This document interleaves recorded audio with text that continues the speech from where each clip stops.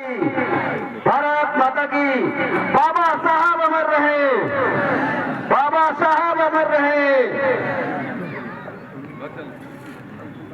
मंच पर आसीन हमारे और कार्यक्रम को आगे बढ़ाया जाएगा। मित्रों, मैं बताऊंगा आपको, माननीय मंत्री जी इस क्षेत्र में क्या किया है उसके बारे में आप सारे लोग शायद न जानते हो, लेकिन मैं कई बार आप लोगों को मन से बताया हूँ, लेकिन फिर बताना चाहता हूँ। माननीय मंत्री जी, अभी जो दैया माई के स्थान का जहाँ पर हम लोग पूजा करते हैं, करने जाते हैं, जो हम लोग की कुल देवी है, उस मंदिर पर 2 करोड़ रुपए दे करके जो है उस मंदिर का जीर्णोद्धार और सुंदरीकरण करा रहे। एक बार जोरदार ताली से इनका स्वागत होना चाहिए। मित्रों, हम लोगों के बीच में माननीय मंत्री जी है, ये जो राम जानकी मंदिर है, ये जो जहां आप लोग बैठे हैं राम जानकी मंदिर, इस राम जानकी मंदिर है वास्तविकता है वो यही है कि अनुसूचित जाति जिसको कहा जाता है कि बाबा साहब उस जाति के थे, जैसा दुर्विजय जी ने कहा कि मैं स्वयं भी नहीं मानता हूं किसी एक जाति में उनको बांधना उनके साथ अन्याय होगा, मैं स्वयं मानता हूं, फिर भी ऐसा मानते हैं कि अनुसूचित जाति के थे। लेकिन जो जिस अनुसूचित जाति की उपेक्षा होती थी पिछले जमानों में, जिस अनुसूचित जाति के लोगों के साथ अन्याय होता था, आज उसी का वोट मांगने के लिए मंत्री, प्रधानमंत्री, विधायक, सांसद गली गली घूमते हैं कि नहीं घूमते हैं। ये बाबा साहब की देन है, बाबा साहब के संविधान की देन है कि आप सबको इतना सशक्तिकरण किया। महिलाओं को भी हमारे समाज में एक जमाने में नीचे का स्थान दिया जाता है, लेकिन उनको वोटिंग में बराबरी का हिस्सा उस समय में देना, जबकि बहुत से देशों में ऐसी व्यवस्थाएं नहीं थी। ऐसे समय में हमारे संविधान ने उनको भी समानता का अधिकार दिया, राजनीतिक समानता का अधिकार दिया, और उसके चलते महिलाओं की जो भागीदारी है, चाहे राजनीति कहे, चाहे शासन कहे, चाहे प्रशासन कहे, चाहे नौकरी कहे, सब जगह आज बढ़ रही है। तो ये सब हम सब जितनी भी प्रशंसा करें उनके कार्यों की, जितनी भी कृतज्ञता व्यक्त करें उनके द्वारा बनाए हुए संविधान की, वो कम है। मैं उस महामानव को आप सभी की तरह मैं भी अपने श्रद्धा सुमन उनकी जयंती पर अर्पित करता हूं, और उनसे कई चीज की हमको सीख लेनी। जैसा कि यहाँ कहा गया कि देश की जो बहुतायत जनता है, देश की जो बहुतायत तादाद है, उसकी सेवा करना सबसे बड़ा धर्म होता है। और यहाँ कहा गया कि बौद्ध धर्म में चले गए कि इस धर्म में चले, कोई उनका धर्म ऐसा कोई धर्म था ही नहीं, उनकी जात थी। उनकी जाति जो आज मोदी जी कह रहे हैं, वही जाति बाबा साहब अम्बेडकर की थी, वही जाति महात्मा गांधी की थी, और उनकी कोई जाति नहीं थी। गरीब की सेवा, अहिंसा परमो धर्म, अहिंसा में वो मानते नहीं थे, हमें अहिंसा में मानते थे।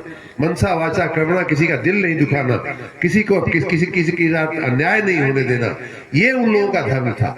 धर्म कोई जो मजहब से लोग जोड़ लेते हैं, हिंदू धर्म, मुस्लिम धर्म, ईसाई धर्म, बौद्ध धर्म, ये धर्म वो महामानवों के लिए लागू नहीं पड़ता है। ये परिधियां हैं, ये सीमांकन है जो उन महामानवों पे लागू नहीं पड़ता है। सीमांकन गांधी जी का कोई ऐसा धर्म नहीं था, वो सभी को कहते सभी धर्म समान है, उन मानव धर्म को मानते थे।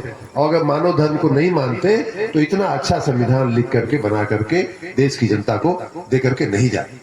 आज वही कार्य हमारे माननीय मोदी जी कर रहे हैं।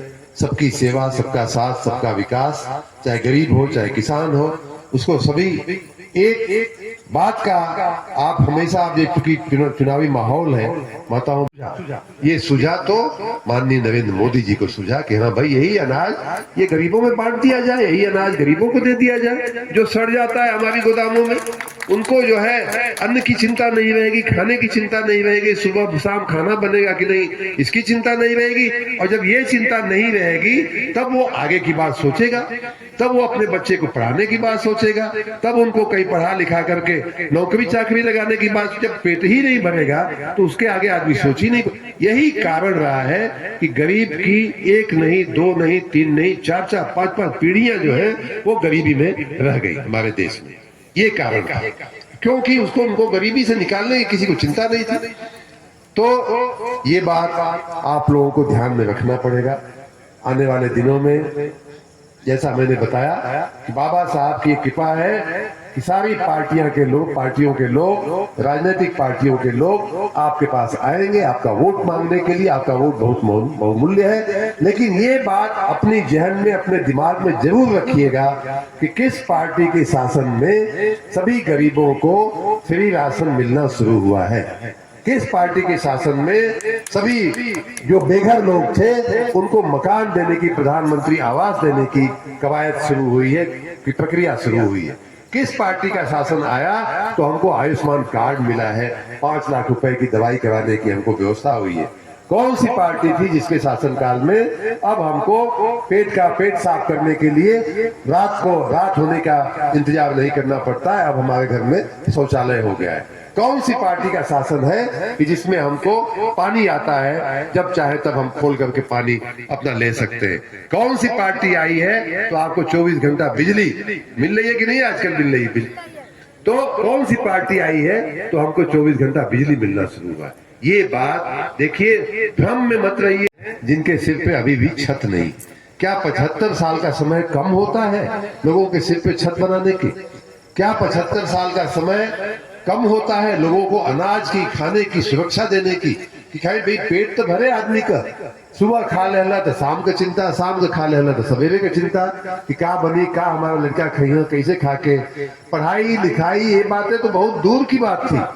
पेट भरना हमारे देश में जो है अभी तक 70-75 साल आजादी का हो गया, पेट भरने की भी गारंटी नहीं थी कि सुबह खा लिया तो शाम को खाना बनेगा कि नहीं। बहुत से घरों में इस बात की चिंता रहा करती थी।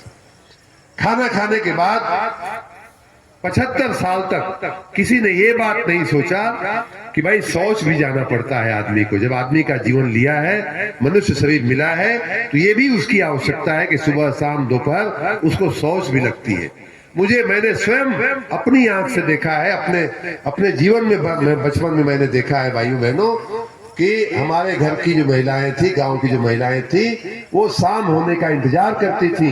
पेट में अगर गड़बड़ है, पेट में गैस है, पेट में दुख रहा है, पेट में गैस बन रही है, फिर भी वो अपनी वो यातना को, उस कष्ट को झेलते हुए शाम होने तक का इंतजार करती थी बाहर जाने के लिए। क्या ये इस देश के सरकारों का कर्तव्य नहीं था कि 70 साल में छोटा सा हम लैट्रिन बनवा देते, शौचालय बनवा देते? घरों में सबके घर नहीं थे तो सामूहिक शौचालय बनवा देते, कम्युनिटी शौचालय बनवा देते, टॉयलेट बनवा देते। किसी ने नहीं सोचा। बीमार कोई पड़ जाए तो माताओं को अपने गहने बेचने पड़ते हैं, माताओं को, परिवार को अपनी जमीन बेचनी पड़ती है, लोगों को अपने मकान बेचने पड़ते हैं। आए दिन हमारे पास लोग आते हैं, लखनऊ से लेके मैं जब गांव में आता हूं तो आए दिन लोग हमको मिलते हैं कि भैया कुछ करा, हमारा लड़का बीमार हो गया, बाबा हमारा पति बीमार हो गया बा, हमारा पत्नी बीमार हो गया बा। अभी कल मैं सुबह गांव पे रहूंगा तो वहाँ कम से कम दर्जनों लोग ऐसे आते हैं कि हमको ये दवाई की समस्या आ रही है। उनकी चिंता करना, आयुष्मान कार्ड दे करके 5 लाख रुपए तक की दवाई की व्यवस्था करना, ये माननीय मोदी। क्यों ये सब छोड़ा गया था काम?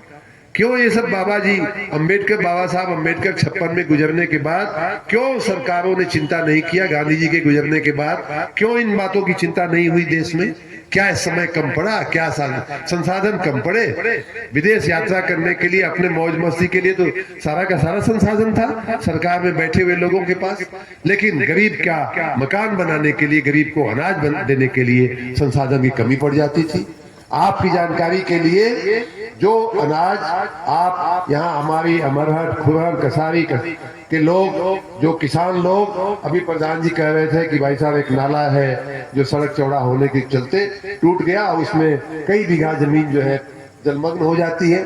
तो ये किसान जो है, जो अनाज अपनी मेहनत मशक्कत से पैदा करते हैं, उसका लाखों टन अनाज जो है हर साल सरकार की गोदामों में रखा सड़ जाता था, रखा हुआ। क्यों?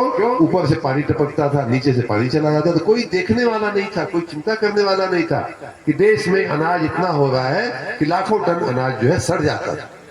इतना अनाज सड़ जाता था कि खाली एक साल में कि पूरा उत्तर प्रदेश को 6 महीने बैठा करके खिलाया जा सकता था। उस समय भी खिलाया जा सकता था, तो कम से कम आधी आबादी को, तिहाई आबादी को तो पूरे साल खिलाया ही जा सकता था। बाद में जब हम लोग बड़े हो गए, पिताजी और सब लोग, चाचा जी, सभी की संतानें, संख्या बढ़ गई, तो कुछ लोग आके गांव के बाहर बना लिए हैं मकान। वैसे ही हुआ होगा पिछले जमाने में कि जब कुनबा बढ़ा, लोगों का परिवार बढ़ा, तो कोई अमरहट में रह गया, कोई अमारी में रह गया, कोई काजा चला गया।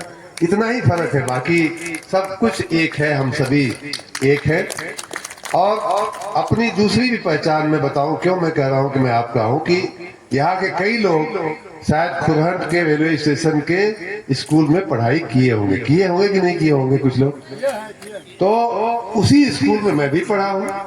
मैंने भी कक्षा प्राइमरी की जो शिक्षा थी, हमारे पिताजी, चाचा जी हमारे, जिनको हम बाबूजी कहते थे, वो वहाँ प्रधान अध्यापक थे, टीचर थे। तो पता नहीं कैसे उनके मन में आया कि गांव पे काजा खुर्द में पढ़ाई अच्छी नहीं होती है, खुरहट में पढ़ाई जहां हम पढ़ाते हैं वहां पढ़ाई अच्छी होगी। तो वो हमारा एडमिशन जो है कक्षा तीसरी और चौथी में खुरहट में करा दिए। बड़ा कष्ट होता था, पैदल चल के आते थे, बड़ा तेज चलते थे, हमको भी पीछे पीछे दौड़ना पड़ता था। तो किसी तरह से पांचवी में फिर मैं अपने घर वालों को समझाने में सफल हो गया कि भैया आप मुझे माफ करो, मुझे गाँव में पढ़ने दो। तो फिर गाँव में हम वापस चले गए। तो इस प्रकार हमारा और आपका एक ही सब कुछ है। आप सबको मैं उसी हैसियत के साथ, उसी अधिकार के साथ आप सबको फिर से प्रणाम करता हूँ, फिर आपको नमन करता हूँ आपके चरणों में।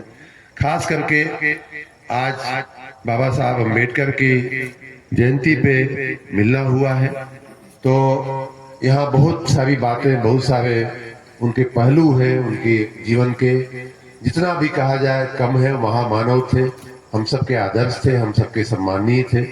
मैंने राजनीति शास्त्र की पढ़ाई किया है और मुझे इस बात का अच्छे से अभ्यास और अंदाज है कि जिस प्रकार का संविधान हमारे संविधान निर्माताओं ने, उनके नेतृत्व में, बाबा साहब के नेतृत्व में जो भारत की जनता को दिया है, ऐसा संविधान बहुत कम देशों को मुहैया हुआ है, नसीब हुआ है। हम सब बहुत ही भाग्यशाली। हर वर्ग के व्यक्ति को, हर वर्ग के, चाहे गरीब हो चाहे अमीर हो, किसी भी तरह का व्यक्ति हो, उसको सबको समानता का अधिकार देना। सबको, आपको शायद मालूम नहीं होगा कि अब तो हम महिला रिजर्वेशन की और ये सब बातें कर रहे हैं, लेकिन सभी लोगों को वोट का अधिकार बहुत से देशों में बहुत दिनों तक नहीं था। हमारे संविधान निर्माताओं ने बहुत शुरुआत से इस बात की व्यवस्था कर दिया था। आज 18 साल का कोई भी व्यक्ति, कोई भी नागरिक, किसी भी जात का, किसी भी धर्म का, और वोट जो है, जो सबसे कमजोर वर्ग कहे जाते थे, उनकी आज वो सबसे बड़ी ताकत बन करके जो वोटिंग राइट है, जो संविधान ने